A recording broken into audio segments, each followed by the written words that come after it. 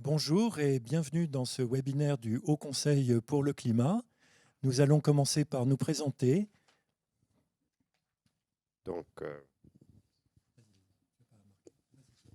Donc, Paul Ledley, je suis professeur à l'Université Paris-Saclay.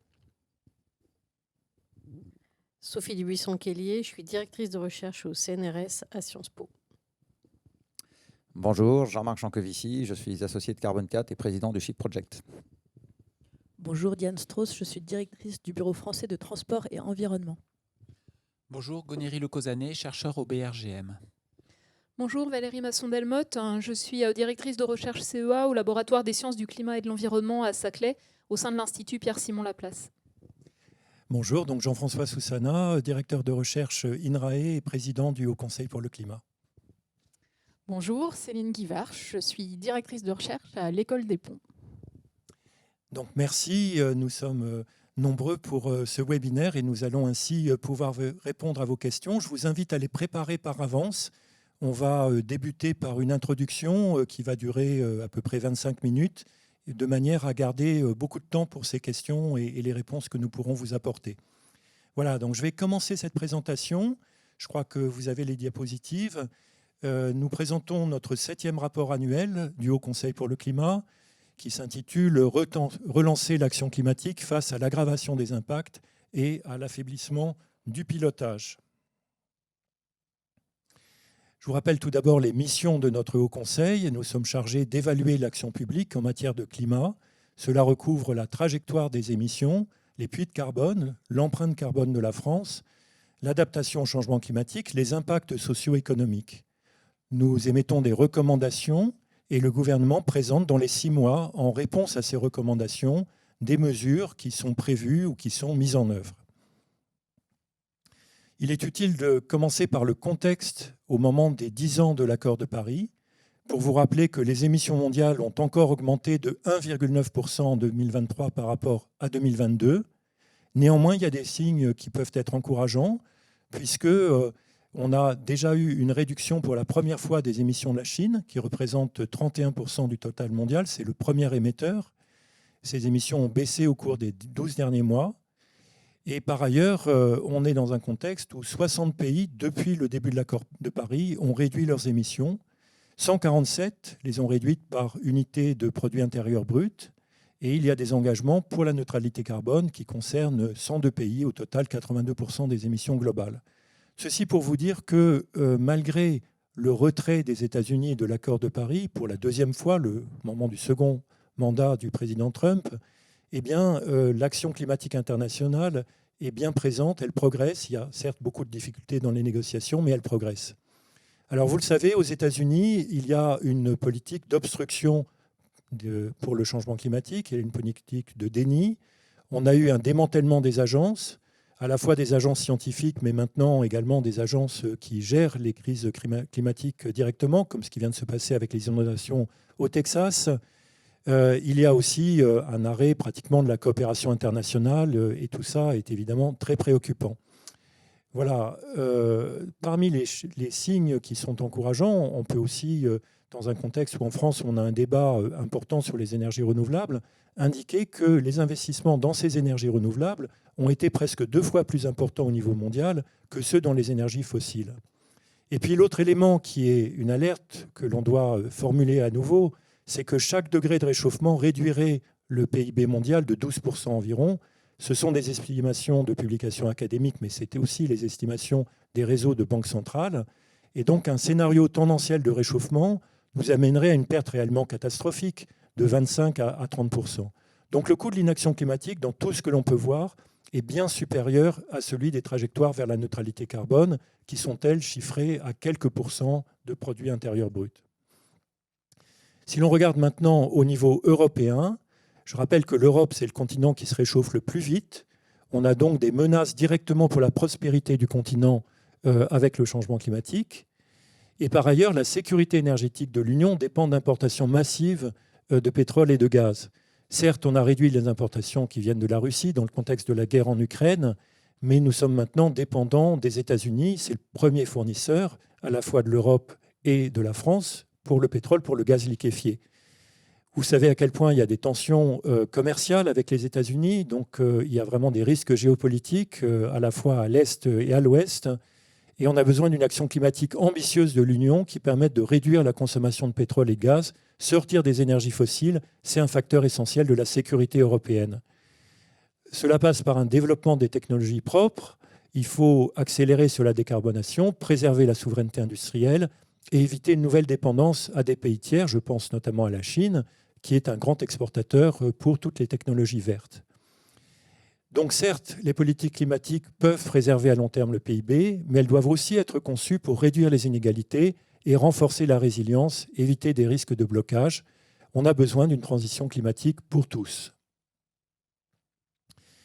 Il est utile de rappeler qu'il y a une large adhésion de la population européenne et de la population française à ces enjeux. S'agissant de la France, 92% des Français estiment que le changement climatique est une menace sérieuse. Au demeurant, comment ne pas s'en rendre compte avec les épisodes qu'on vient de connaître, avec la canicule, les incendies et ainsi de suite. Et par ailleurs, et c'est tout de même important, 88% des Français soutiennent l'objectif de neutralité carbone d'ici à 2050. Cet objectif, il a été proposé par la Commission européenne qui vise à atteindre moins 90% des émissions pour 2040. Il s'agit des émissions nettes par rapport au niveau de 1990. C'est donc la proposition législative de la Commission qui sera adoptée normalement au moment du Conseil de l'Union qui aura lieu en septembre sous présidence danoise. Voilà, je passe la parole à Valérie qui va présenter le premier chapitre de notre rapport. Oui, donc comme chaque année, on fait un point sur l'évolution du climat au niveau planétaire, en Europe et en France, et un suivi sur la base des informations disponibles, des impacts.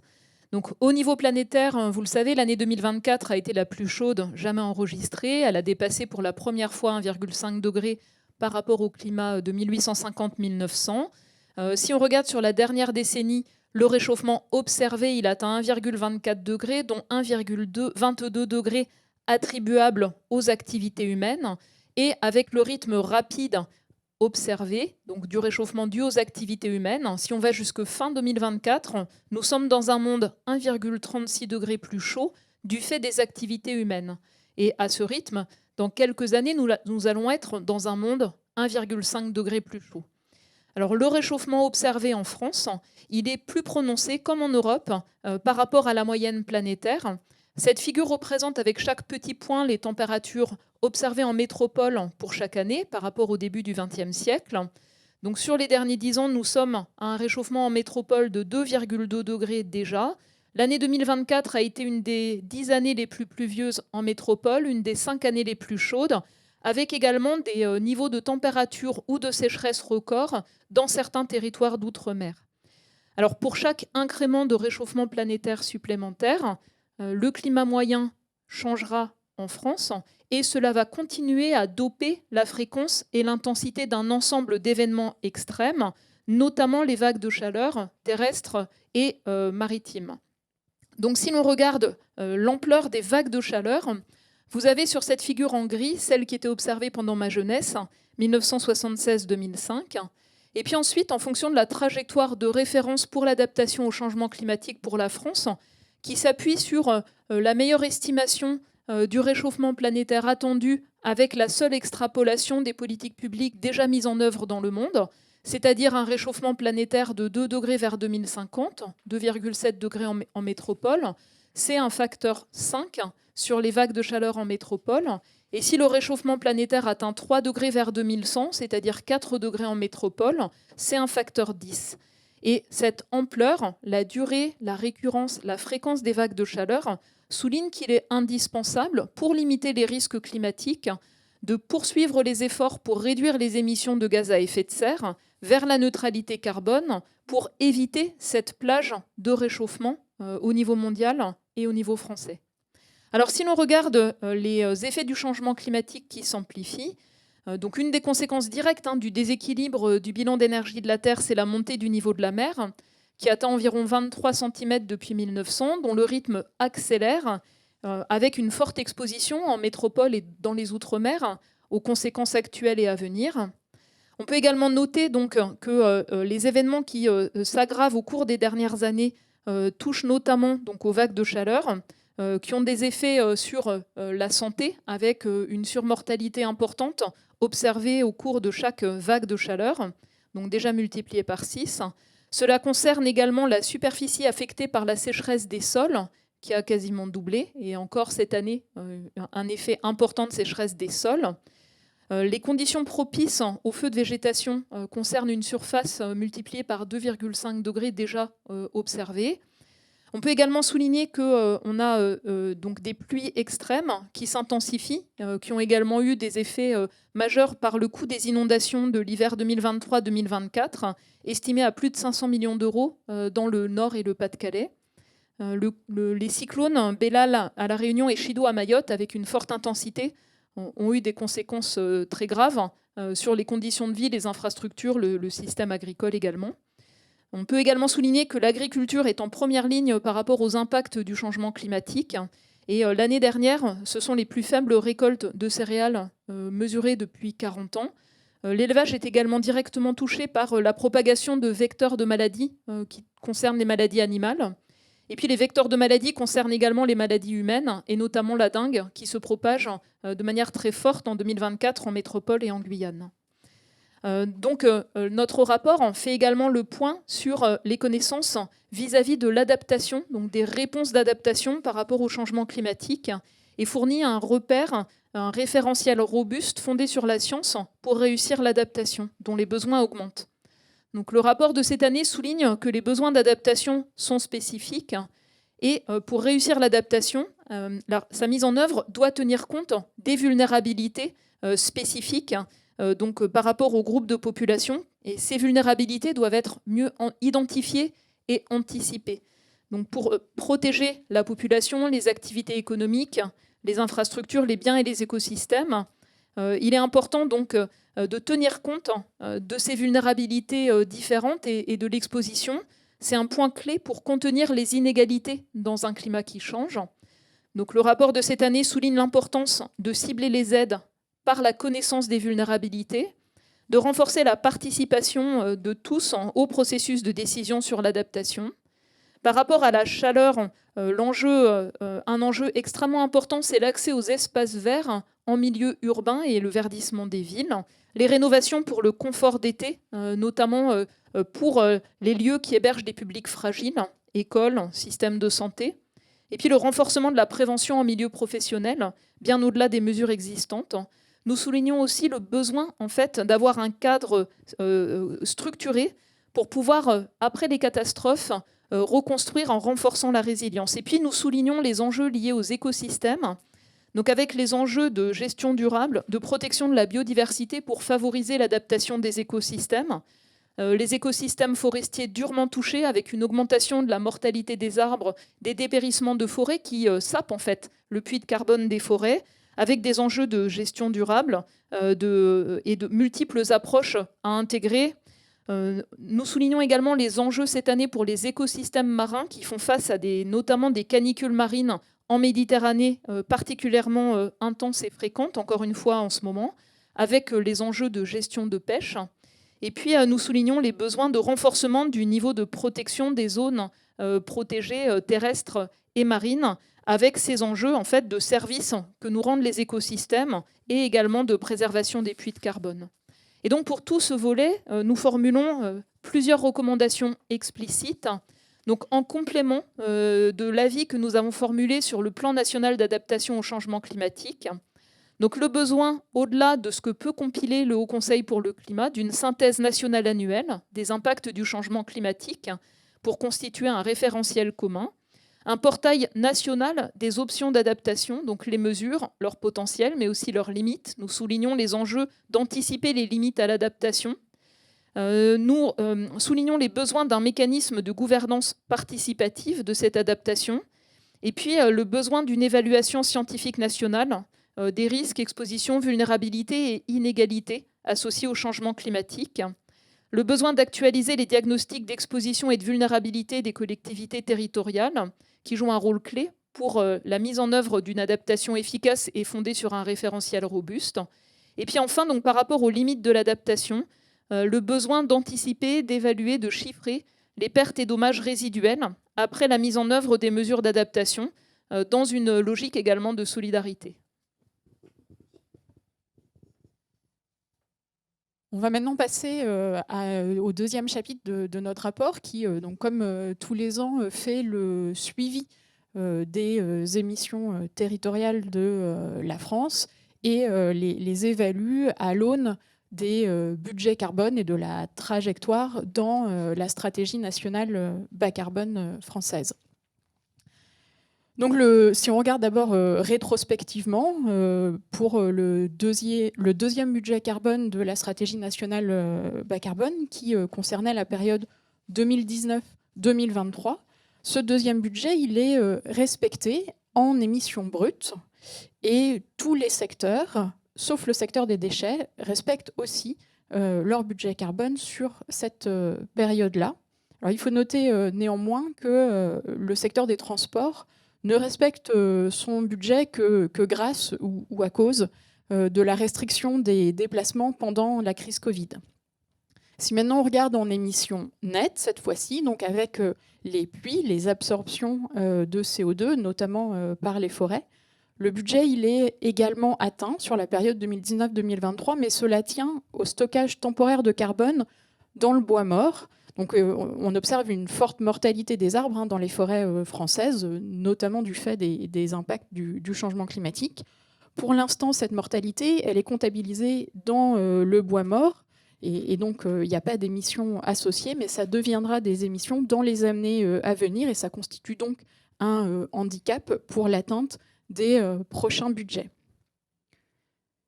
Spécifiquement sur l'année 2024, on constate un fort ralentissement du rythme de réduction des émissions. Les émissions territoriales, elles restent en baisse de 6,9 millions de tonnes équivalent CO2, soit moins 1,8%. À titre de comparaison, la baisse en 2023 avait été de 27 millions de tonnes, soit 6,7%. Donc on voit ce ralentissement fort. Par ailleurs, l'année dernière, la baisse elle vient principalement du secteur de l'énergie, alors qu'en 2023, tous les secteurs contribuaient à la baisse des émissions. Et au total, sur les 6,9 millions de tonnes réduits en 2024, à peu près 70% peuvent être attribuables à des effets conjoncturels, et seul le solde, soit 2,1 millions de tonnes, représente la valeur maximale attribuable aux politiques publiques climatiques. Donc ces facteurs conjoncturels qui expliquent la majeure partie des réductions en 2024 contre seulement un tiers en 2023, donc ils sont principalement dans le secteur de l'énergie, avec une production nucléaire qui est revenue quasiment à son plein après les arrêts de centrales en 2022 et 2023. Et aussi une année pluvieuse qui a favorisé l'hydroélectricité. Dans le secteur des bâtiments, les hivers sont doux, donc moins de chauffage. Et dans le secteur de l'agriculture, on constate une décapitalisation du cheptel bovin.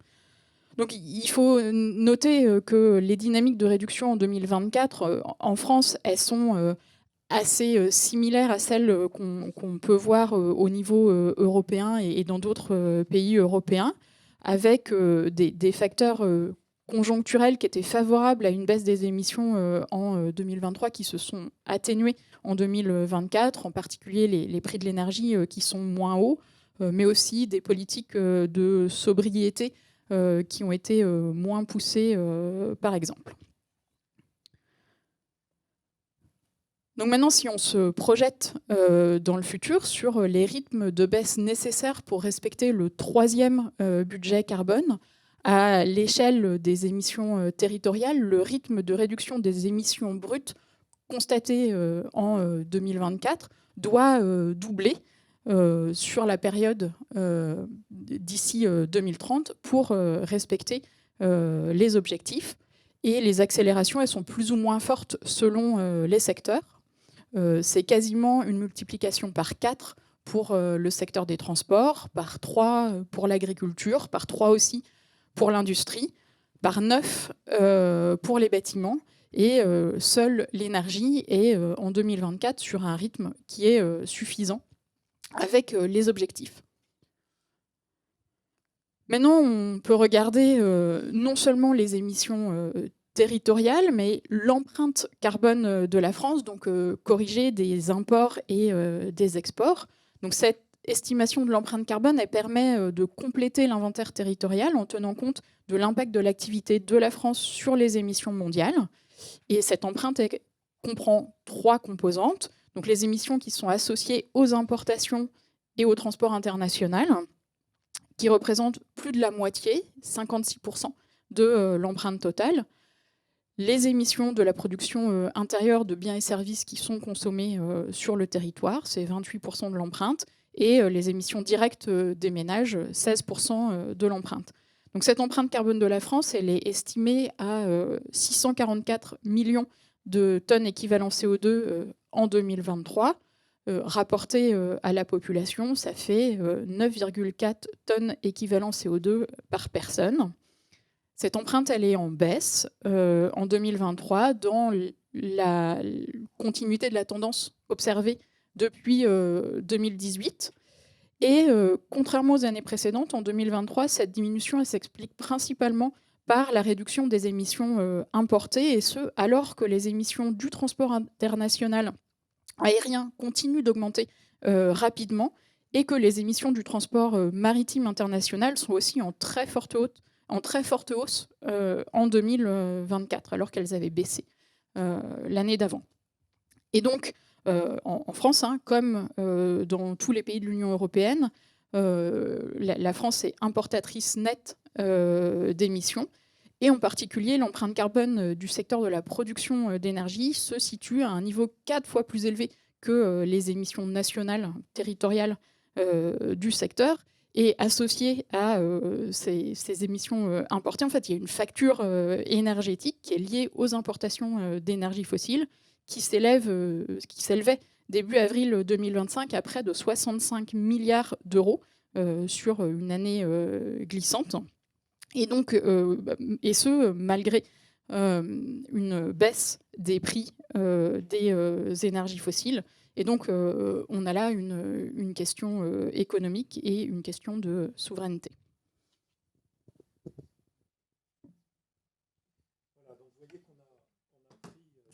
On a pris du retard, et il est important dans ce contexte de comprendre comment évolue le cadre d'action publique. Donc, le cadre d'action climatique nationale, il correspond à la stratégie française énergie et climat. Cette stratégie, elle a 3 piliers. Et malheureusement, seul l'un des piliers, le PNAC 3, a été adopté. Alors, nous avons salué en mars dernier la publication du PNAC 3. C'est une avancée, mais il faut rappeler qu'il faudra l'opérationnaliser. Son financement est également insuffisant. Et puis, il faut mieux prendre en compte les vulnérabilités pour savoir cibler les aides, pour avoir des politiques de protection des Français. Tout ceci est nécessaire, mais il faudra aussi aller plus loin avec des actions d'adaptation transformationnelle. Donc, il faudra envisager les limites de l'adaptation telles qu'on les connaît aujourd'hui et comment on pourra faire face à des pertes et dommages. S'agissant des 2 autres piliers, il y a 2 ans de retard pour la publication de la SNBC 3, pour la publication de la PPE 3. Vous savez qu'il y a un projet de loi, une PPL, qui est en cours de débat au Parlement, mais ces textes n'ont pas encore été publiés. Il faut souligner qu'ils doivent être étroitement cohérents. La SNBC, c'est la vision à long terme jusqu'à 2050. Et puis la PPE, c'est une programmation pluriannuelle sur un pas de temps plus court, avec un scénario central qui est commun à la PPE et à la SNBC. Et il est essentiel que la cohérence entre ces 2 stratégies soit préservée. Voilà, donc on attend la publication de ces documents et on souligne qu'il sera indispensable de garder cette cohérence. Par ailleurs, en 2024 et 2025, on a vu qu'il y avait des mesures qui rencontraient un succès important et qui ont été stoppées, ce qui pose vraiment des questions de visibilité, de pérennité de la politique climatique. Comment les acteurs privés peuvent-ils investir?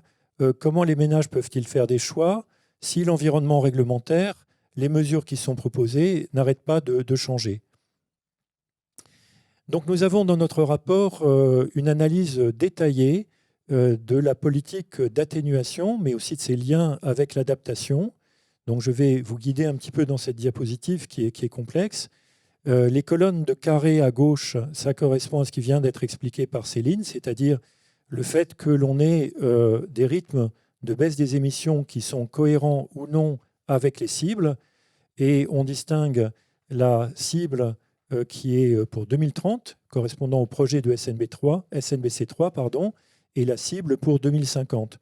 Donc, c'est ainsi que ça a été déjà introduit. Dans le secteur de l'énergie, on est cohérent, mais pour les autres secteurs, il y a des insuffisances. Et dans certains cas, on est vraiment très, très en deçà. Vous avez vu que c'était le cas, par exemple, pour le secteur des déchets.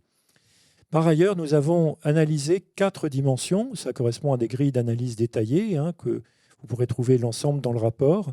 Pour chaque secteur, nous avons analysé la stratégie et la gouvernance, les instruments de politique publique, l'adaptation et la transition juste. Je ne vais pas détailler, je n'aurai pas le temps, l'ensemble des appréciations que nous avons pour le cadre d'action publique des différents secteurs, mais je dirais quelques mots pour chaque secteur. En ce qui concerne les transports, il y a une stratégie de développement de la mobilité propre qui identifie bien différents leviers de décarbonation, mais c'est surtout l'électrification des véhicules qui a été mise en œuvre. Et puis, il y a des manques d'investissement que vous connaissez dans les infrastructures pour le ferroviaire, pour les transports en commun, pour les mobilités actives. S'agissant de l'agriculture, eh bien, on a une appréciation qui souligne les limites de ce qui est en cours.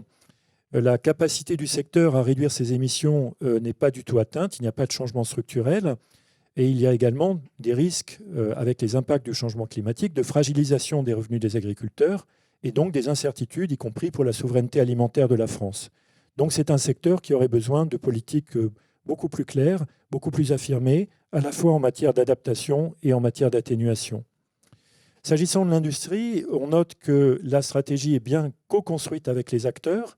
On a des résultats qui sont plutôt intéressants, mais on s'interroge sur la poursuite parce qu'on rentre dans des décarbonations de plus en plus difficiles dans différents secteurs. Il y a aussi un enjeu avec les filières brunes, avec des emplois qu'il faudra essayer de restructurer. Et ce sont donc des enjeux avec une dimension sociale importante.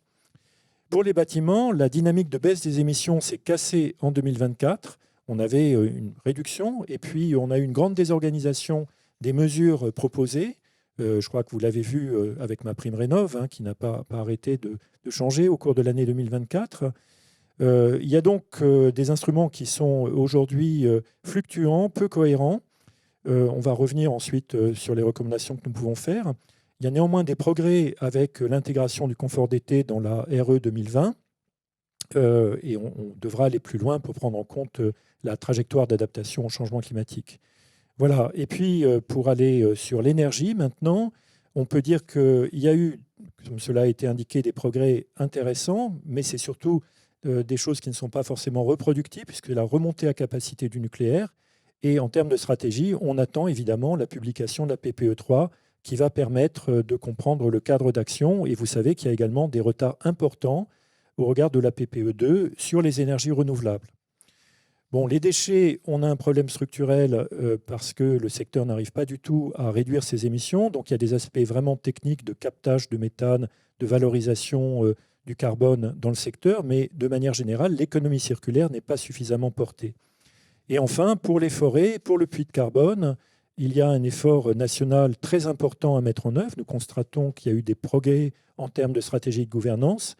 Néanmoins, nous ne sommes pas du tout à l'échelle par rapport aux besoins d'adaptation des forêts. Nous appelons à la mise en place rapide d'un plan national de renouvellement des écosystèmes forestiers.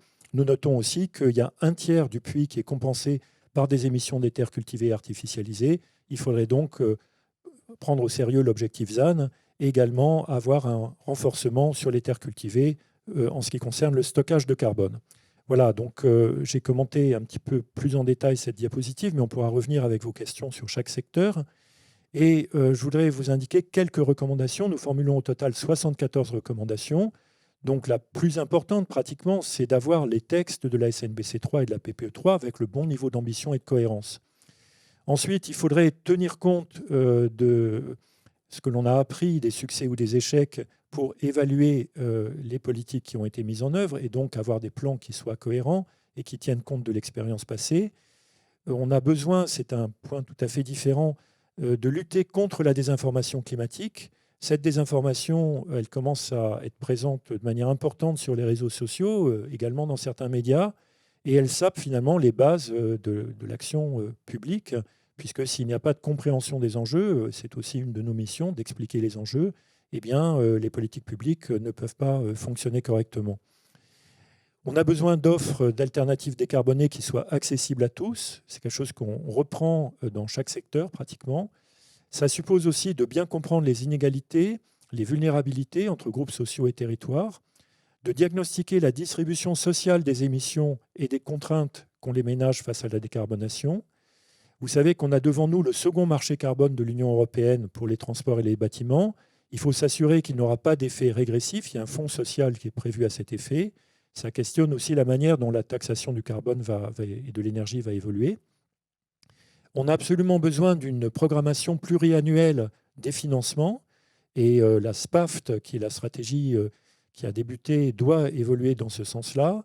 Et puis, un grand enjeu sur l'emploi et les compétences avec des politiques de formation et de reconversion vers les métiers de transition. Quelques recommandations sectorielles. Celles qui n'ont pas de coût budgétaire direct, je prends simplement 2 exemples. Ce serait de réformer en profondeur les C2E en conservant la collecte, donc avoir des ressources, mais en consacrant les fonds qui sont collectés au financement des politiques publiques, des instruments structurants des politiques publiques. Aujourd'hui, il y a tout de même une grande dispersion dans les mesures et ça pourrait être plus efficace. Deuxièmement, dans le secteur des transports, on a déjà eu des incitations pour l'acquisition de véhicules faible émission par les flottes d'entreprises. Il faudrait inclure les loueurs dans la taxe incitative relative à cette acquisition. Et puis, bien sûr, les obligations d'acquisition, il faudrait qu'elles soient centrées sur les véhicules zéro émission. Avoir des hybrides rechargeables, ça n'est pas suffisant au regard des objectifs de la transition. Des mesures à coût budgétaire direct, eh bien, c'est dans le secteur du bâtiment d'avoir une trajectoire de soutien public aux rénovations énergétiques globales. Nous avons dit de manière répétée que les monogestes n'étaient pas suffisants, afin de tenir les objectifs du secteur en accélérant également les rénovations de haut niveau de performance qui sont nécessaires pour atteindre la neutralité carbone. Et bien sûr en priorisant les ménages modestes. Pour ce qui concerne également les transports, il y a besoin de financement pluriannuel pour les infrastructures ferroviaires, les services de transport en commun, les mobilités actives. Cela doit être en accord avec ce qui a été identifié dans la planification écologique et en anticipant les coûts de fonctionnement pour les opérateurs et les collectivités. Enfin, le renouvellement forestier, je l'ai déjà indiqué, ça doit être un grand objectif national. Il faut y consacrer des moyens humains, des ressources et avoir une stratégie de diversification des écosystèmes forestiers pour leur permettre de s'adapter. Je reprends également notre avis sur la programmation pluriannuelle de l'énergie parce que le débat est en cours, comme vous le savez. Nous avons recommandé de garantir des budgets suffisants et pérennes pour maintenir des mesures de transition, fonds chaleur, fonds vert, MaPrimeRénov', transport décarboné. Il faut progresser dans la baisse des subventions aux énergies fossiles, on va y revenir, revoir les signaux prix, les assises, la tarification, la taxation, pour avoir un encouragement des énergies bas carbone par rapport au gaz naturel ou au fioul, et avoir ce principe de sobriété que l'on a affirmé à plusieurs reprises, qui était l'objet de communication du gouvernement, mais ça a été un petit peu oublié dans la période la plus récente. Les quotas d'émissions de l'UE, ce fameux marché sec UE2 sur les transports et les bâtiments, permettrait de financer une sortie rapide du chauffage, mais il faut que ce soit fait en préservant les ménages vulnérables. Voilà, donc vous voyez qu'on a devant nous une nécessité d'accélérer les investissements bas carbone dans un contexte budgétaire qui est tendu. Donc il faut qu'il y ait une trajectoire de ces investissements qui soit connue. Il ne faut pas qu'il y ait des stop and go incessants sur les mesures. C'est la meilleure manière d'être inefficace et de décourager finalement le secteur privé. Il faut maximiser l'efficacité de la dépense publique. Ça passe par une revue de l'additionnalité, par le ciblage, en comprenant bien les vulnérabilités. Et puis, il faut que les instruments soient alignés avec la stratégie, qu'ils ne soient pas trop dispersés. C'est intéressant de rappeler quelques éléments en matière de financement. On a des crédits en termes d'autorisation d'engagement pour les instruments de politique climatique qui atteignent presque 14 milliards d'euros en 2025, mais c'est en baisse de 7,2% par rapport à 2024. Et d'un autre côté, vous avez 13 milliards d'euros qui sont défavorables au climat, avec des subventions aux énergies fossiles. Donc finalement, comment peut-on agir pour le climat si on a presque les mêmes montants contre et pour l'action climatique? C'est tout de même un paradoxe. Voilà, alors les dépenses supplémentaires, c'est des niveaux d'investissement public qui, à minima, sont de 37 milliards d'euros, à condition que le secteur privé s'engage. Et ça demande de la visibilité, de la stabilité de l'action publique du gouvernement. Vous avez un marché carbone, le SEC 2, dont on a parlé, qui peut rapporter 8 milliards d'euros. Donc ça va contribuer à l'effort de financement. Et par ailleurs, il y a quelque chose qui n'est pas compté dans le budget de l'État, mais qui est très important pour la comptabilité de la France, c'est la baisse attendue des importations d'énergie fossile. On l'a rappelé, c'est 65 milliards d'euros. Ça peut nous aider au niveau économique. Voilà, le deuxième volet essentiel, c'est la réduction des inégalités. Grâce à des politiques ciblées, une fiscalité climat progressive, une protection sociale renforcée, ce sont les leviers également pour qu'il y ait une adhésion de l'ensemble de la population à l'action climatique. Ça passe par une meilleure connaissance des vulnérabilités, avoir une participation, on l'a déjà dit, aux politiques de l'ensemble du public concerné, d'avoir une meilleure structuration de l'offre afin qu'elle soit accessible à tous, des transformations de l'emploi et renforcer les mécanismes de protection. À titre d'exemple, pour l'emploi, il y a 2,8 millions de personnes qui sont informées au métier de la transition. Et par ailleurs, vous le savez, la précarité énergétique, la précarité mobilité sont importantes, sont plutôt en croissance, de même que la précarité alimentaire. J'en viens à la diplomatie climatique. Pour parler du cadre public européen, nous avons aujourd'hui une proposition législative de la Commission avec un objectif de moins 90% en 2040 par rapport à 1990. C'est réellement cohérent avec l'atteinte de la neutralité carbone en 2050, même si on doit débattre de flexibilité. Par exemple, le recours à des crédits carbone internationaux, finalement, suite aux différents rapports et prises de position, ça a été limité par la Commission à 3% et à partir de 2036. Donc on peut considérer que c'est tout de même minime, mais il y a toujours un risque d'affaiblir l'action climatique par ce recours à des crédits carbone dont l'intégrité environnementale n'est pas forcément prouvée. Par ailleurs, le calendrier n'est pas très favorable parce que cet objectif 2040, il va être adopté normalement en septembre sous présidence danoise du Conseil de l'Union. Et cette adoption, c'est très peu de temps avant la COP à Belém, ce qui veut dire que l'Europe ne va pas forcément bien communiquer sur le rehaussement de l'ambition climatique et sur sa contribution à cet effort international. Pour la France, il y a des enjeux de transposer des directives européennes. Ça n'est pas encore fait pour le second marché carbone, le CQE2, et ça n'est pas fait non plus pour la directive sur les énergies renouvelables. Dans les deux cas, il faut se préparer. Et pour la directive sur les énergies renouvelables, on a déjà du retard. Il y a une opportunité pour la France, c'est le plan européen d'adaptation au changement climatique. La contribution française à ce plan devrait être utile parce qu'on a, grâce au PNAC 3, tout de même un cadre d'action qui est déjà intéressant, qui peut être mis dans la corbeille de discussion des différents États membres et de la Commission. Et je rappelle qu'il faudrait aligner les politiques sectorielles avec les objectifs climatiques. On a une PAC qui, aujourd'hui, propose des choses pour les États membres, mais le plan national français, le plan stratégique national, est insuffisant en matière d'action climatique pour l'agriculture. Et puis, on a le grand enjeu international, qui est tout de même la clé de voûte pour arriver à faire face au changement climatique, c'est de réussir les négociations sur le changement climatique. C'est la COP30 à Belém, qui est l'étape majeure de relèvement de l'ambition climatique mondiale, qui pourrait permettre une relance du multilatéralisme. Et c'est l'occasion pour la France d'utiliser son réseau diplomatique avec des principes de solidarité, de justice, de créer des partenariats avec des pays à faible revenu pour des grands enjeux qui peuvent correspondre par exemple à la conservation des forêts tropicales ou encore à la sortie du charbon pour des États qui ont encore cette dépendance aux énergies fossiles de manière massive. Ce serait vraiment une manière d'accélérer la décarbonation et de réussir les négociations sur le changement climatique qui, encore une fois, sont indispensables pour protéger la population française, parce que si on ne réussit pas les négociations sur le climat, on ira vers ce plus 4 degrés avec des niveaux de pertes et de dommages pour la France qui seront énormes. Voilà, j'en viens aux conclusions du rapport pour dire qu'on a constaté cette baisse du rythme de décarbonation. Cela questionne l'atteinte des objectifs. Le cadre d'action publique a pris un retard important. On a des efforts d'adaptation qui commencent à être institutionnalisés, mais qui sont en décalage par rapport aux besoins et à l'accélération des impacts. Donc on a besoin d'un sursaut collectif pour relancer l'action climatique, une consolidation du cadre d'action publique, un renforcement des actions structurelles, une gouvernance solide et un cap clair pour 2030 et pour la décennie suivante. Voilà, et puis je vous propose qu'on revienne dans les questions-réponses sur nos recommandations. Il y en a 74, elles sont dans plusieurs domaines, bien sûr, sur la cohérence de l'action climatique, l'accompagnement social, les trajectoires à trouver, les besoins d'adaptation et la diplomatie climatique. Merci pour votre attention et on va donc pouvoir prendre un certain nombre de questions. Alors, première question qui sont posées. Une première question, quelle est la position du HCC sur la climatisation ? Maintenez-vous le qualificatif de maladaptation qui apparaît dans votre rapport de 2024 ? Donc, je vais poser les questions par séquence de 3. Encore 2 autres questions. Comment expliquer que les propositions faites par la Convention citoyenne sur le climat n'aient pas été reprises alors qu'elles étaient majoritairement en accord avec celles que préconisent les scientifiques ?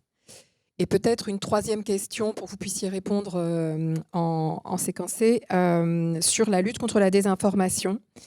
Et notamment, comment expliquer la montée de médias qui distillent du climato-scepticisme ? Quels outils sont à notre disposition pour lutter contre la désinformation ? Et au-delà de combattre la désinformation, l'enjeu n'est-il pas davantage de comprendre les sous-jacents sociaux, psychologiques et émotionnels et le rôle social de cette désinformation en lui opposant des données scientifiques ? Et on peut répéter les questions si besoin. Donc la première... Oui, merci pour ces questions. Je passe la parole à Gonéry sur la climatisation. On aura peut-être d'autres interventions également. Oui. Donc la question de la maladaptation, en fait, les pratiques maladaptatives, ce sont des pratiques qui, en ayant ou non l'intention de réduire les risques, finissent au bout d'un moment par les augmenter. L'utilisation, disons, ponctuelle de la climatisation pour rafraîchir quelques pièces, ce n'est pas de la maladaptation. L'utilisation généralisée qui conduit finalement à utiliser beaucoup d'énergie, qui conduit à créer des inégalités parce que tout le monde n'a pas accès à la climatisation et qui conduit à aggraver l'îlot de chaleur urbain, là oui, effectivement, c'est de la maladaptation. Donc tout est effectivement dans la manière dont est mise en œuvre cette stratégie d'adaptation qui est en fait un compromis. Oui, je peux peut-être compléter l'enjeu qu'on a, et on l'a bien vu à chaque canicule, qu'en fait, on n'est pas prêt. Et ça conduit à des souffrances, à des écoles qui doivent être fermées, donc à un accès à l'éducation qui n'a plus lieu, à des morts aussi. Et donc, il y a une question d'accès au rafraîchissement plus général que simplement la climatisation, qui n'est pas la seule solution. Il y a des enjeux à l'échelle des villes, de végétalisation, à l'échelle de quartiers ou de bâtiments, d'autres types de solutions. Et donc là, on voit bien qu'il y a une question d'anticipation et de préparation. On sait, on l'a rappelé, que la fréquence et l'intensité des canicules va augmenter dans les années et décennies à venir. Et donc, il s'agit aujourd'hui de mettre en place les solutions qui prennent du temps à être mises en place pour être prêts. Dans les exemples de recommandations qu'on fait, c'est sur les questions de confort d'été. Dans la RE 2020, par exemple, la trajectoire de réchauffement, elle n'est pas prise en compte. Et donc, alors qu'on sait que les canicules vont augmenter. Donc voilà un exemple de recommandation précise. Et donc évidemment, dans certains endroits, dans certaines conditions et en situation de crise, la climatisation permet d'éviter des morts et des souffrances, mais c'est aussi un coût énergétique et financier. Donc il s'agit de mettre en place les autres accès au rafraîchissement des villes, des bâtiments, pour éviter des coûts démesurés. Oui, merci. Pour la Convention citoyenne, Sophie ?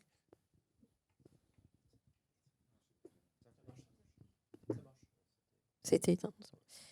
Oui, sur la Convention citoyenne pour le climat, donc effectivement, cette convention n'a pas été suivie d'un portage politique, mais en tous les cas, ce qu'il est extrêmement important de regarder à partir de cette expérience, c'est finalement la très forte capacité de la population, de personnes qui n'étaient pas nécessairement concernés, engagés, informés, à s'emparer de ces sujets.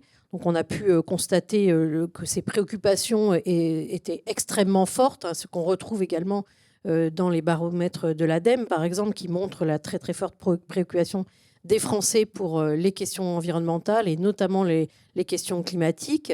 Cette convention citoyenne, elle a également souligné les attentes très fortes de la population en matière de régulation, en matière d'action politique forte sur ces questions climatiques, y compris d'ailleurs des actions qui peuvent être caractérisées comme contraignantes.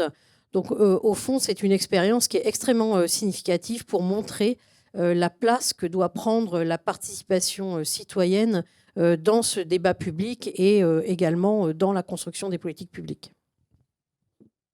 Si tu veux dire un petit mot sur la désinformation, puis on aura Valérie. Oui, tout à fait. Donc la désinformation est effectivement une préoccupation croissante. On la voit se manifester sous différentes formes, de nombreuses formes, et notamment utiliser à plein tout le pouvoir des réseaux sociaux. Donc c'est une question absolument essentielle.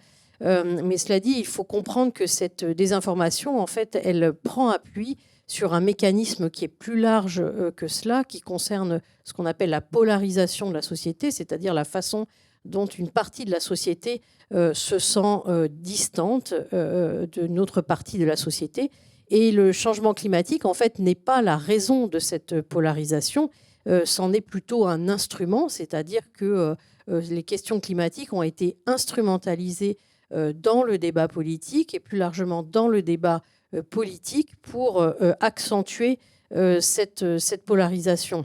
Et donc la désinformation devient un levier pour tout cela. Donc il faut absolument proposer une autre grille de lecture de ces enjeux climatiques. On voit que dans cette désinformation et dans cette polarisation, la transition apparaît comme une contrainte. En réalité, c'est bien évidemment les impacts du changement climatique qui représentent des contraintes, et la transition est là pour protéger la population, l'ensemble de la population, mais aussi les activités économiques qui vont être de manière assez large, même si c'est très différencié socialement, toutes exposées à ces impacts du changement climatique. Donc il est absolument impératif de remettre dans le débat public une autre grille de lecture de ces questions climatiques et de la transition qui n'épouse pas cette question de la polarisation. Et on voit bien qu'à travers tous les questionnements sur les retenues d'eau, sur la climatisation, on retrouve cette polarisation, c'est-à-dire que les sujets sont traités de manière pour ou contre. Oui, donc les travaux scientifiques montrent également que le changement climatique, c'est un des premiers marqueurs de la désinformation, avec également des ingérences étrangères. Il y a un foisonnement de désinformation au moment des événements extrêmes, ce qui vise à saper la capacité à comprendre les chaînes de causalité, c'est-à-dire les émissions de gaz à effet de serre, le réchauffement, le fait que ces événements deviennent et vont continuer à être plus fréquents, plus intenses, et ouvrir ensuite sur les réponses collectives qui peuvent être mises en œuvre. La désinformation en Europe, elle cible tout particulièrement les réponses face au changement climatique. D'abord, en tout ce qui permet de décarboner, en visant à construire une approche clivante sur chacune d'entre elles, mais aussi de plus en plus maintenant sur également les réponses vis-à-vis des trajectoires d'adaptation. Et tout l'enjeu, c'est d'arriver à montrer comment chaque réponse présente un potentiel et des limites, et comment ça peut s'inscrire en fait dans la construction collective de stratégies de réponse qui, bien sûr, ne s'arrêtent pas à une seule option. Donc, dans le rapport du Haut Conseil pour le climat de cette année, on a notamment un encadré sur le bilan carbone en cycle de vie du véhicule électrique, qui est un des marqueurs en fait, du foisonnement de désinformation. On souligne en fait le besoin d'un plan national de lutte contre la désinformation climatique, donc comme un enjeu démocratique, mais aussi comme un enjeu de culture scientifique. Donc avec le besoin de prévention, donc le soutien au journalisme de qualité, la protection de la liberté de la presse, mais aussi le besoin d'un cadre répressif, donc par rapport à la modération sur les réseaux sociaux, mais aussi par rapport aux conditions permettant de sanctionner une désinformation avérée, et puis le besoin d'un cadre de communication plus clair. Et enfin, la COP30 peut être aussi une opportunité d'une diplomatie internationale portant sur justement la lutte contre la désinformation, avec un ensemble d'initiatives qui ont été mises en œuvre et qui méritent un soutien français clair. Voilà, merci. Donc, on va prendre les questions suivantes. En matière de subventions aux énergies fossiles, elles sont estimées à 13 milliards d'euros. Est-ce que, quand on parle de subventions, est-ce que cela comprend également les exonérations de taxes? Et pouvez-vous préciser de quelle nature sont ces subventions? Peut-être deux autres questions aussi dans le domaine du bâtiment, aménagement, logement. Comment accélérer le rythme des rénovations d'ampleur?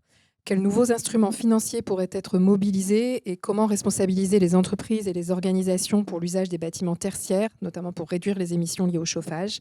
Et de manière plus pratique, toujours dans le secteur du bâtiment, entre isoler et remplacer une chaudière lorsque l'on doit faire des travaux pour un particulier, quelles priorités, notamment selon le niveau d'isolation, quels peuvent être en tout cas les acteurs auprès desquels se renseigner? Merci. Voilà, donc on avait une première question sur les énergies fossiles et je vais passer la parole à Céline pour clarifier ça. Oui, donc ce qui est étiqueté comme défavorable au climat et comme subvention aux énergies fossiles comprend en effet les exonérations de fiscalité. Et c'est d'ailleurs la part majeure. Alors, je n'ai pas tous les chiffres en tête, mais il y a un tableau dans notre rapport. Je ne peux pas vous citer la page, mais vous le trouverez. Et donc, effectivement, il y a les exonérations sur les carburants non routiers, sur le kérosène aérien qui sont inclus dans cette comptabilité-là. Merci. Donc, on a plusieurs questions finalement sur le bâtiment. On va passer la parole à Jean-Marc dans un premier temps. Alors la rénovation du bâtiment est un problème qui bute sur un certain nombre de limites qui ne sont pas nécessairement de même nature.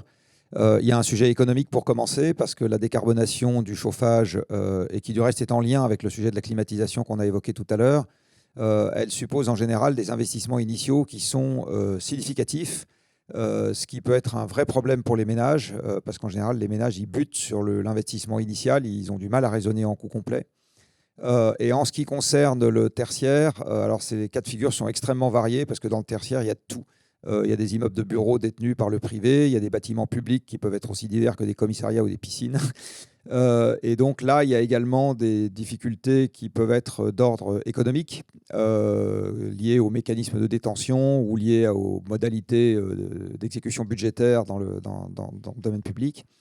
Et puis il y a également un sujet sur la disponibilité des compétences et la disponibilité du matériel. En ce qui concerne les compétences en particulier, quand on regarde le rythme de rénovation auquel on devrait aller, on se rend compte que ça nécessiterait beaucoup plus de gens qui soient actifs dans le secteur que ceux qu'on a aujourd'hui. Ce qui peut être aussi une des difficultés expliquant le rythme de rénovation qui n'est pas à la hauteur. Et enfin là-dessus, comme l'a évoqué Jean-François tout à l'heure, vient se rajouter un petit sujet qui est un manque de lisibilité de la politique publique, puisqu'on a du stop and go, comme on dit en bon français, qui conduit à rendre les gens perplexes, alors qu'il s'agit nécessairement d'investissements de long terme. Je veux dire, quand on décarbone un bâtiment et qu'on touche à l'enveloppe ou aux organes de chauffage, on touche à des éléments dont la durée de vie se promène entre 15 et 50 ans. Oui, merci. Alors j'en profite pour rappeler quelques recommandations que nous faisons pour ce secteur. Nous en avons 8 cette année. Et par exemple, ce que vient de dire Jean-Marc, c'est qu'il faudrait renforcer le pilotage national de la rénovation énergétique des bâtiments en clarifiant l'articulation entre le SGPE, l'ONRE, la coordination gouvernementale du plan de rénovation des bâtiments, mettre en place un guichet unique pour l'ensemble des financements et prêt à la rénovation énergétique via MaPrimeRénov'. Et on l'a déjà dit qu'on souhaitait qu'il y ait une visibilité sur la trajectoire de rénovation avec des objectifs qui soient alignés en fait, avec les cibles que nous avons. Ce secteur est très important pour atteindre la neutralité carbone. On pense qu'il y a beaucoup de questions sur les C2E, qu'il faudrait conserver le mécanisme de collecte, mais le consacrer à des instruments structurants de politique publique. Donc voilà quelques-unes des recommandations.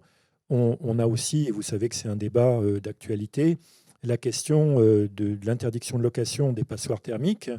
Et on pense qu'il faut évaluer l'effet de cette réglementation sur les locataires les plus précaires et sur la décarbonation du parc immobilier. Enfin, on a une recommandation sur l'augmentation du montant et de la durée de l'éco-prêt à taux zéro, l'éco-PTZ. Des questions dans le domaine des transports. Vous avez pointé une augmentation des transports internationaux. Cette augmentation est-elle observée à l'échelle de l'empreinte carbone de la France ou sur l'ensemble des émissions mondiales? Quelle est la source de données? Toujours dans le domaine des transports, vous soulignez que les résultats de décarbonation viennent principalement de l'électrification du parc automobile, en tout cas pour ce qui est observé. Au-delà du ferroviaire et des mesures permettant à terme l'accès via le marché de l'occasion aux véhicules électriques, avez-vous des données, des recommandations concernant le déploiement, alors d'un terme peut-être à éclaircir ou en tout cas dans la réponse à élargir, donc le déploiement des véhicules dits intermédiaires? Et enfin, pouvez-vous préciser votre expression 15 milliards de Français en précarité mobilité? 15 millions, pardon. J'ai repris oui, 15 millions.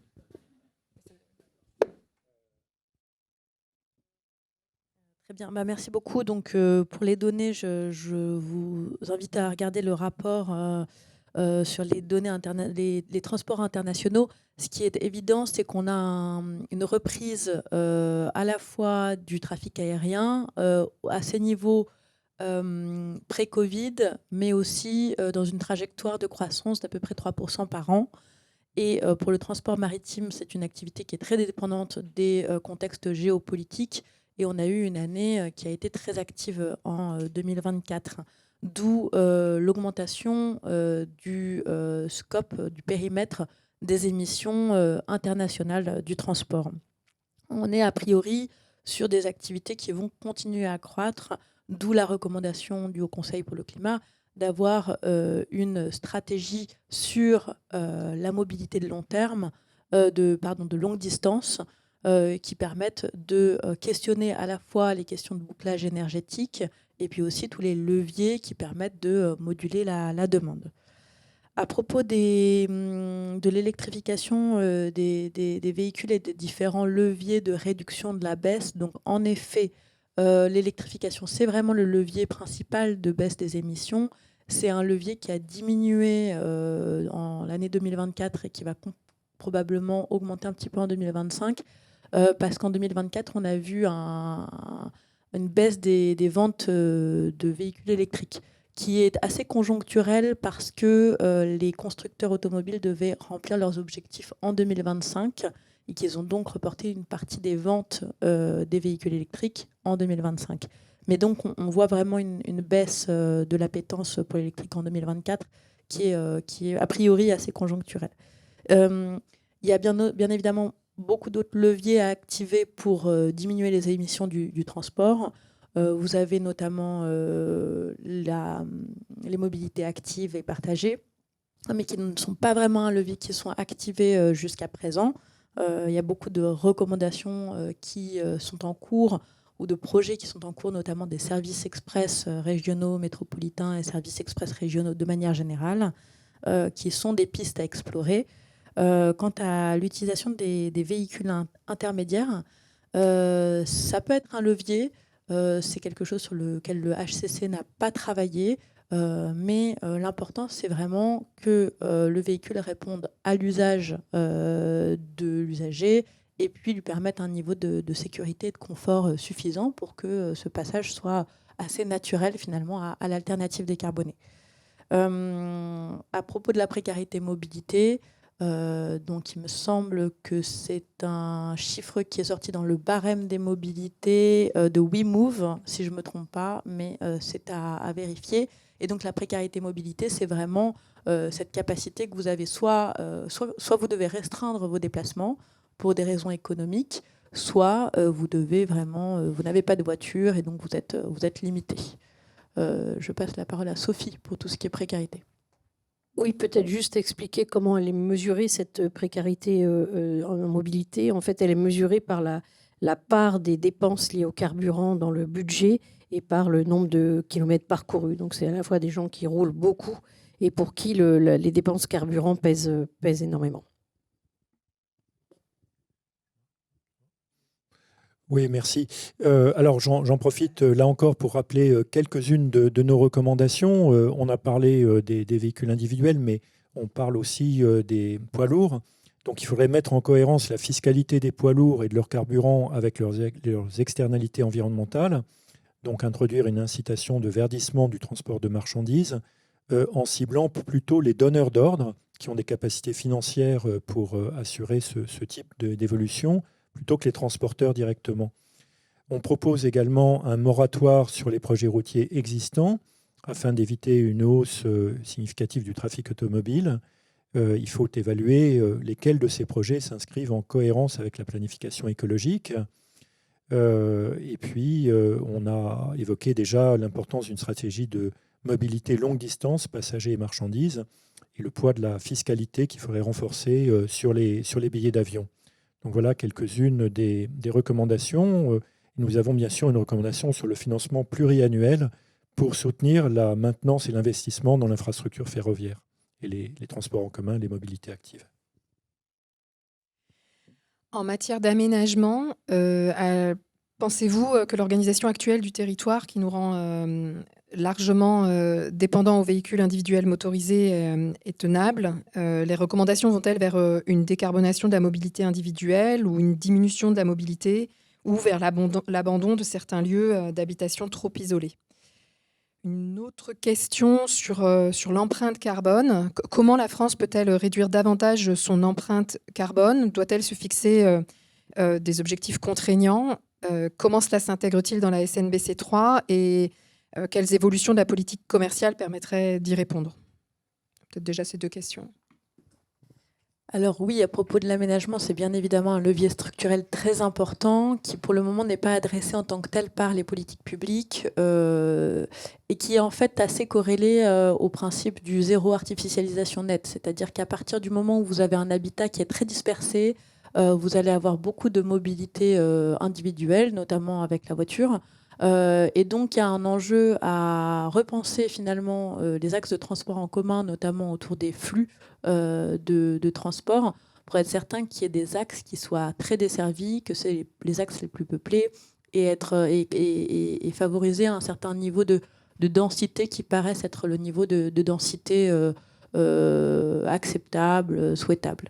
En l'absence de politique à la fois de compréhension des flux de transport en commun et d'artificialisation nette des sols, on tend bien évidemment vers une dispersion de l'habitat et du coup une augmentation des trajets individuels.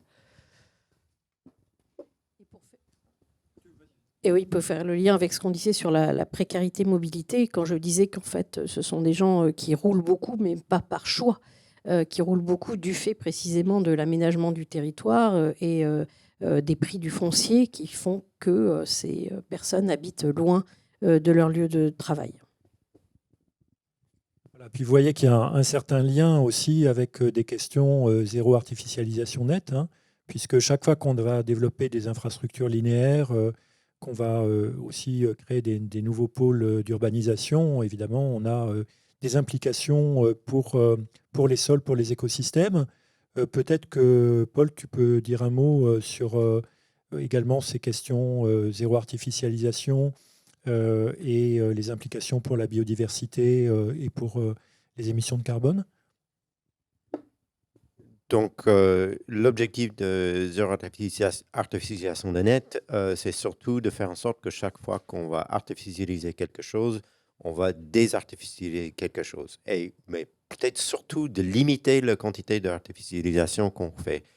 C'est à la fois pour des questions des services écosystémiques, donc par exemple la qualité et quantité d'eau, c'est aussi pour la biodiversité, pour éviter les impacts sur la biodiversité, mais aussi c'est pour le climat. C'est-à-dire qu'on va faire en sorte que les sols qui stockent du carbone sont restaurés si on va artificialiser quelque chose. Et donc, on continue à stocker cette carbone.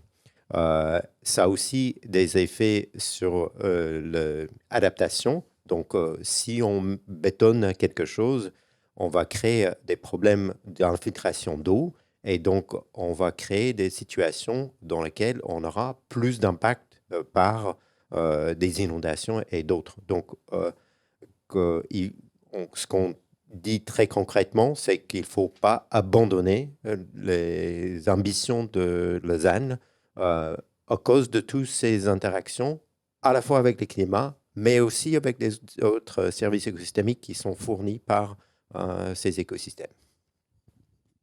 Oui, merci. Alors, on va peut-être prendre la question sur l'empreinte carbone. Donc, rappelez que tout d'abord, cette empreinte carbone, elle est structurée par, pour moitié des importations. On a cité le poids des énergies fossiles importées. Et rappelez également que nous attendons du futur projet de SNBC 3, qui devrait, dans sa version finale, être ouvert à consultation prochainement. Nous attendons d'avoir un objectif pour l'empreinte carbone de la France. Ça, c'est très important parce qu'on ne peut pas se contenter d'avoir des objectifs sur les émissions territoriales. Il faut aussi maîtriser notre empreinte. Et ça passe, donc, on l'a dit, par ces réductions d'importation d'énergie fossile. C'est aussi très lié à des enjeux de réindustrialisation sur lesquels on pourrait revenir. Oui, peut-être.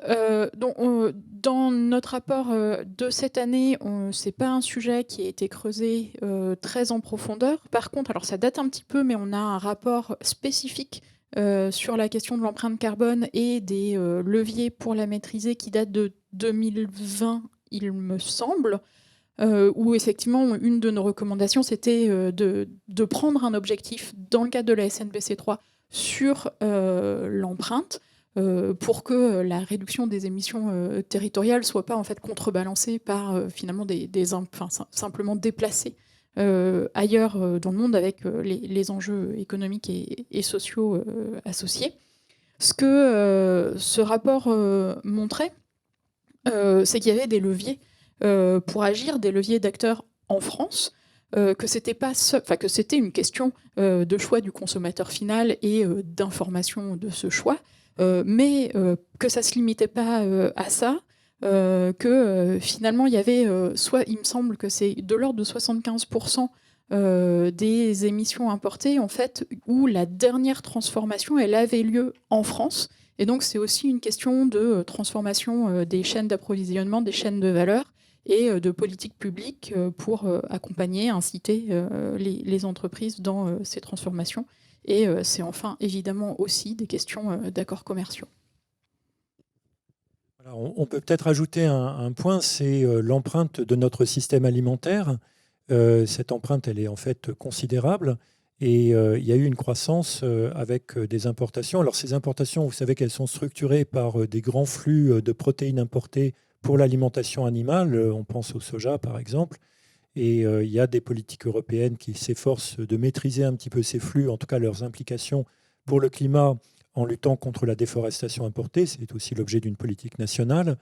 Et vous avez également un débat qui est assez fort sur la consommation de viande et l'importation de produits animaux.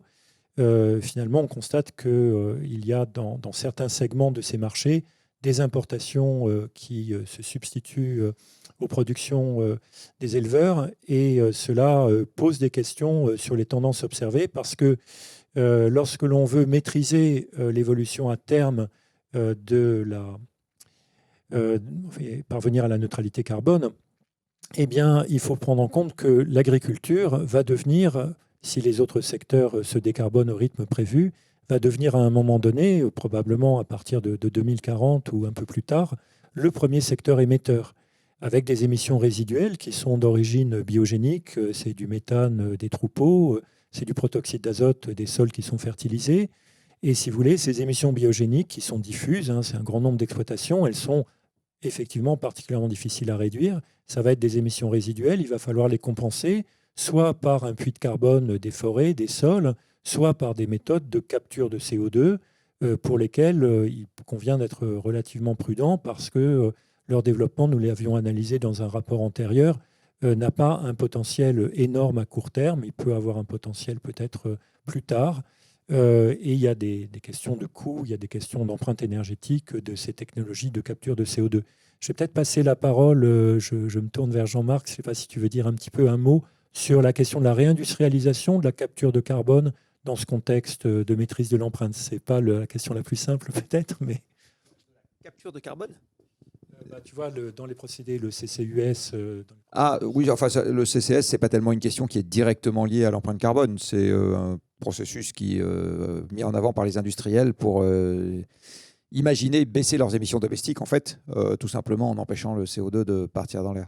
Non, sur l'empreinte carbone, il faut juste rappeler que en fait, c'est difficile d'agir dessus sans toucher au commerce international, parce que l'essentiel de notre empreinte carbone, ou de la partie importée, j'ai envie de dire, c'est soit des produits finis, soit des composants qui sont utilisés dans les chaînes d'approvisionnement. Le début de l'histoire se trouve désormais très souvent à l'extérieur de la France, parce que par exemple les mines, il n'y en a quasiment plus d'actives en France. Les matières premières, on en a peu en France. On n'a pas d'hydrocarbures en France, par exemple. Et pour tout le début de la pétrochimie, ça veut dire que c'est nécessairement des choses qui sont importées. Et donc la réindustrialisation est un problème qui est un problème pas simple, qui est effectivement lié à la question de la diminution de l'empreinte carbone. On devra nécessairement faire des choix. C'est-à-dire que en fait, la réindustrialisation tous azimuts pour remplacer toutes les importations par de la production domestique, en fait, quand on regarde physiquement de quoi sont composées les importations, malheureusement, ça ne sera pas possible. Donc la bonne question, ça sera qu'est-ce qu'on essaye de faire et dans quel ordre, parce que là, pour le coup, il y a quand même des choses qui sont faisables. Merci. On va reprendre quelques questions. Une question sur l'adaptation. Le PNAC 3 s'appuie sur la trajectoire de réchauffement de référence, la TRAC, définie pour le territoire métropolitain. Est-ce que cette approche est envisagée à l'échelle européenne et y a-t-il une volonté de généraliser l'approche TRAC dans ce cadre ?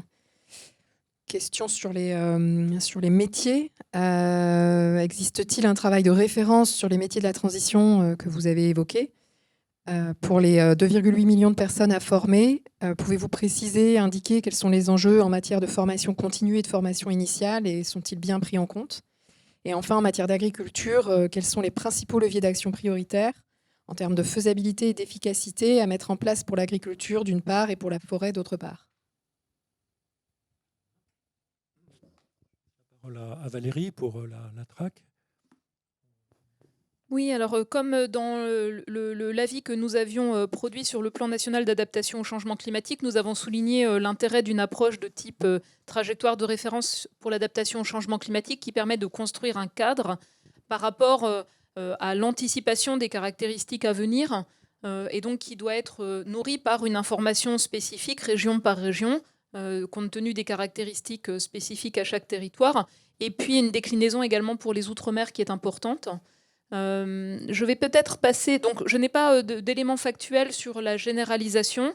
Par contre, donc, dans le cadre de l'objectif mondial d'adaptation au changement climatique, il est important que la France souligne les éléments qui sont mis en œuvre et il est aussi important donc, de pouvoir mesurer l'efficacité des actions d'adaptation, notamment par la capacité à suivre les impacts, identifier les vulnérabilités et les réduire. C'est un point essentiel que l'on a souligné et qui doit être renforcé pour la France. Et puis Gonery a des points spécifiques, je pense, supplémentaires. Oui, merci. Donc effectivement, sur la question de la TRAC, c'est un objectif du PNAC 3 de porter la TRAC au niveau européen. Alors pour cela, je pense qu'il faut bien identifier quelles sont les valeurs ajoutées de la TRAC. Et la valeur ajoutée, c'est finalement d'avoir un outil, un scénario, qui est simple, que l'on présente à tous les acteurs et qui permet d'embarquer tous les acteurs, y compris ceux qui n'ont pas commencé à beaucoup travailler sur l'adaptation. Donc ça, c'est vraiment la vertu. Mais il y a énormément d'acteurs qui ont également déjà commencé à travailler sur l'adaptation. Par exemple, dans le rapport du Conseil pour le climat, vous voyez l'évaluation sur tout ce qui concerne la production d'électricité, en fait, qui est positif. Et ça, donc ça fait partie des acteurs qui ont beaucoup travaillé.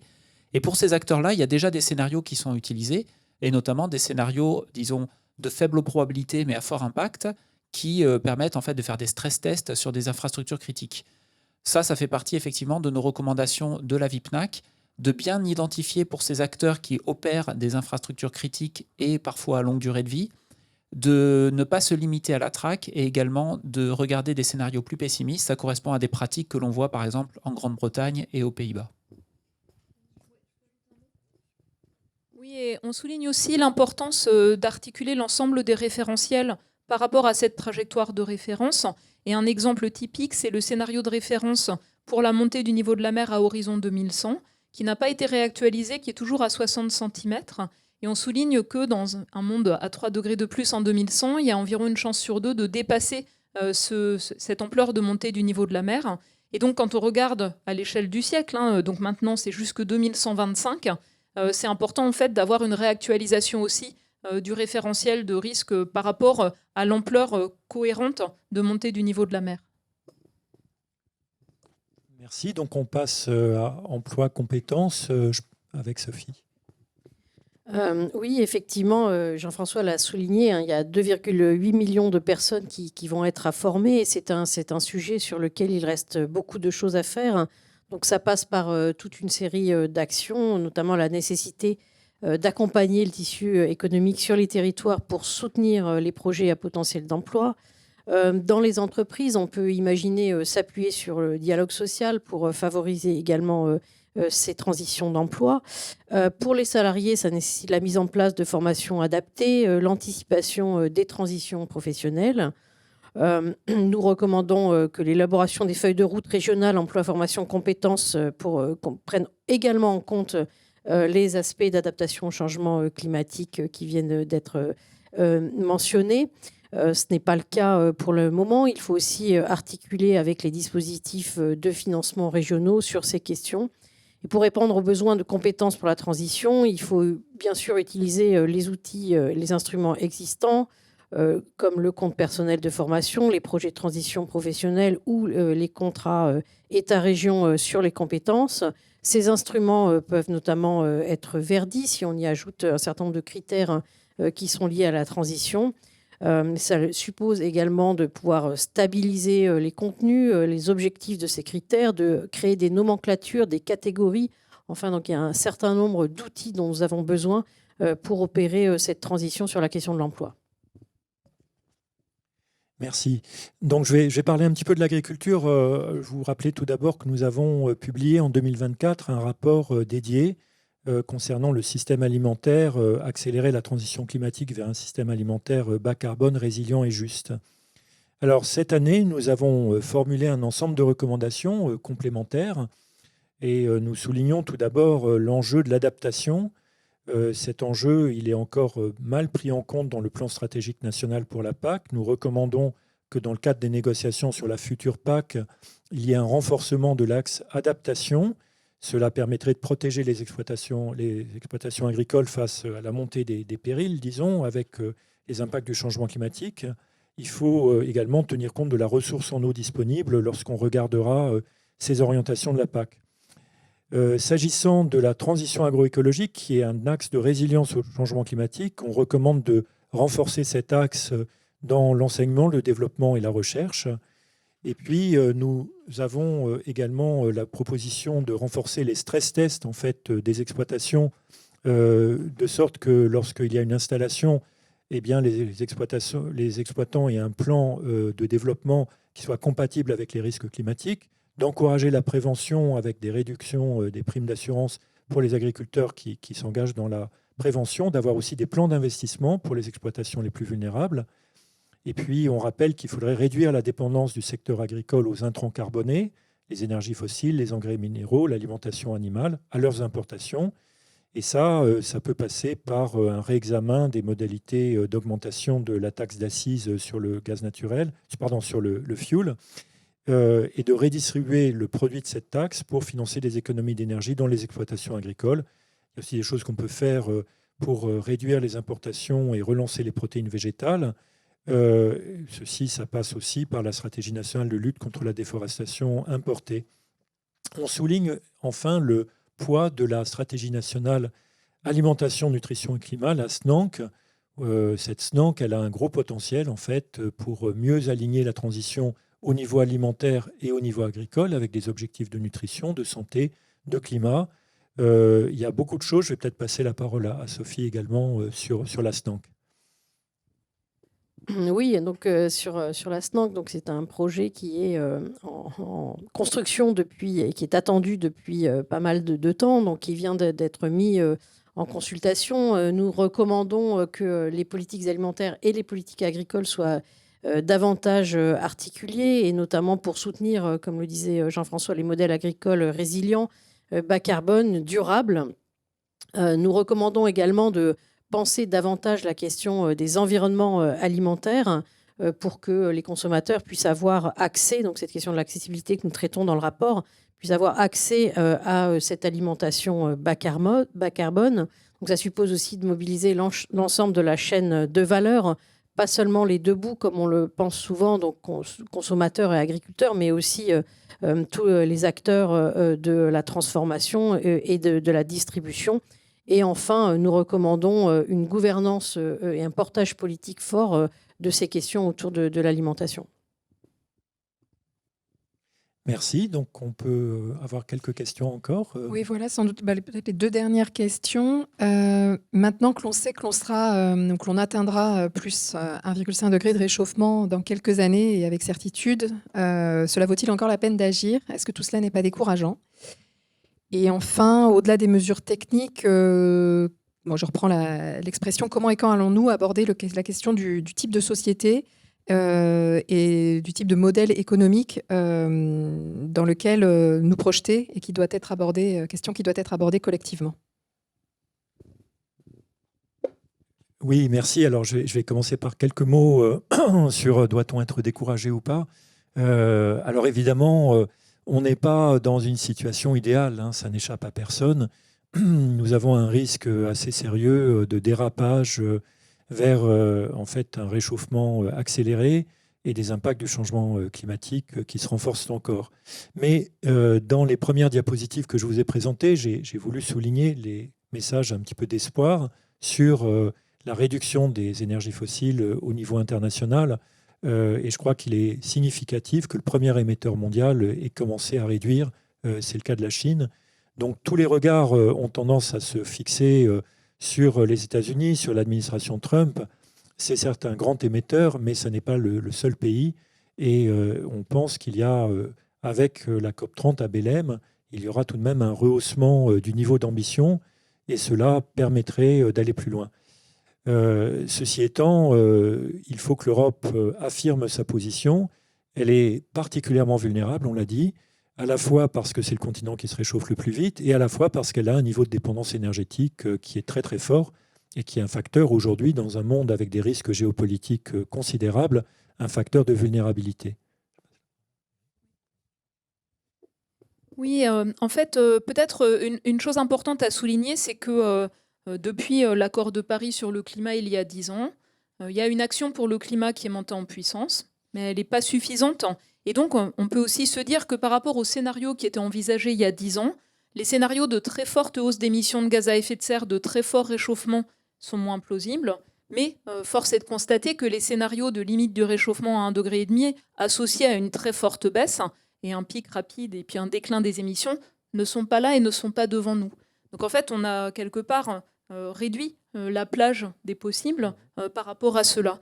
Ce qu'on sait également depuis le moment où ces objectifs ont été formulés, donc largement sous 2 degrés et à 1,5 degré, sur la base des connaissances disponibles il y a plus de 10 ans, c'est qu'en fait, il n'y a pas un seuil de réchauffement en dessous duquel tout va bien et au-dessus duquel tout s'aggrave.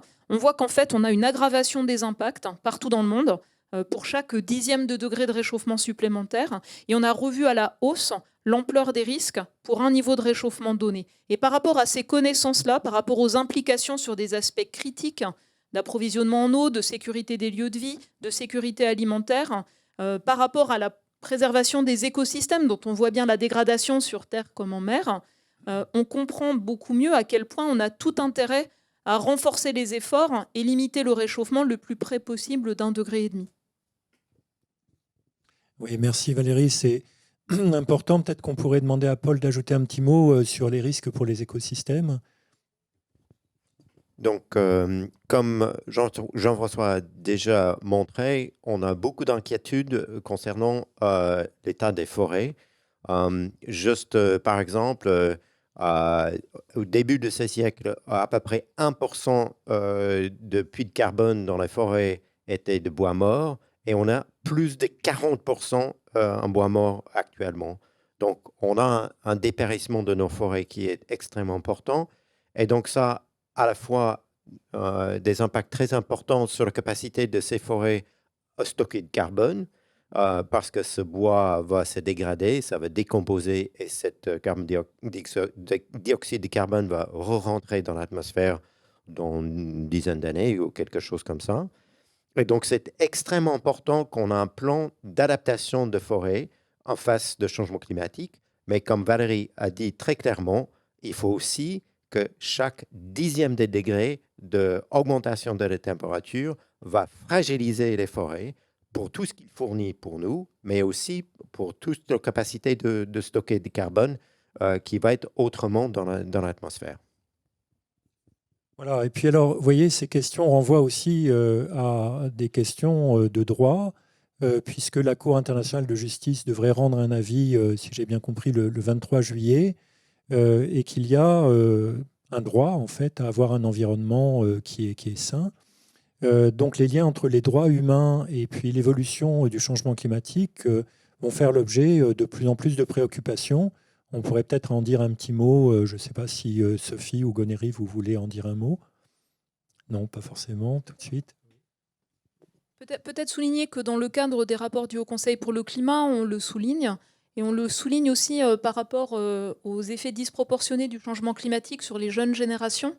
Donc réduire les émissions, comme on l'a dit, c'est aussi réduire l'exposition disproportionnée des plus jeunes, les générations nées cette décennie, à une augmentation cumulée d'événements extrêmes tout au long de leur vie. Et ce point-là, il est important. On a souligné l'année dernière et à nouveau cette année les vulnérabilités particulières des enfants. Et on a à nouveau vu, lors de la vague de chaleur la plus récente d'ailleurs, les interruptions d'accès à l'école qui font partie de ces vulnérabilités. On l'a vu aussi à Mayotte post-Chido. Et c'est un point qui est très important, je pense, de souligner aussi ces aspects d'effort par rapport aux solidarités entre générations. Oui, enfin, la question des impacts, en fait, elle pose aussi des questions basiques de droit d'accès à l'eau, droit à la santé. Et ces questions vont devenir de plus en plus prégnantes. On le voit à travers des formes de judiciarisation de la question climatique qui s'amplifie. Du coup, je peux peut-être rebondir sur la dernière question qui portait sur les choix de société. Parce qu'en effet, on voit que porter la transition, ça veut dire aussi organiser les conditions d'un débat public, d'un débat politique et probablement d'engager des questions démocratiques qui sont d'un niveau assez élevé. Ça suppose probablement de dépasser cette situation dans laquelle on a cette polarisation, cette désinformation qui tendent à faciliter des formes d'instrumentalisation politicienne des questions climatiques pour privilégier une façon de porter ces questions à leur niveau. Et comme nous l'indiquons dans le rapport, leur niveau, ça veut dire prendre en compte la nécessité de protéger les activités et les populations à travers ces politiques de transition. Oui, merci. Je ne sais pas s'il y avait d'autres réactions. Non. Donc vous voyez à quel point, c'est ça qui est frappant finalement dans nos rapports, c'est que vous avez un très grand nombre de dimensions qui sont interconnectées. On a besoin d'une approche systémique qui permette d'avoir une trajectoire. Cette trajectoire, elle doit être portée dans la durée. Elle doit associer l'atténuation, l'adaptation, anticiper les pertes et les dommages, préserver les droits, engager la transition pour tous, assurer son financement. Et c'est réellement très difficile, indiscutablement. Ça demande une action des politiques publiques qui soit portée à haut niveau.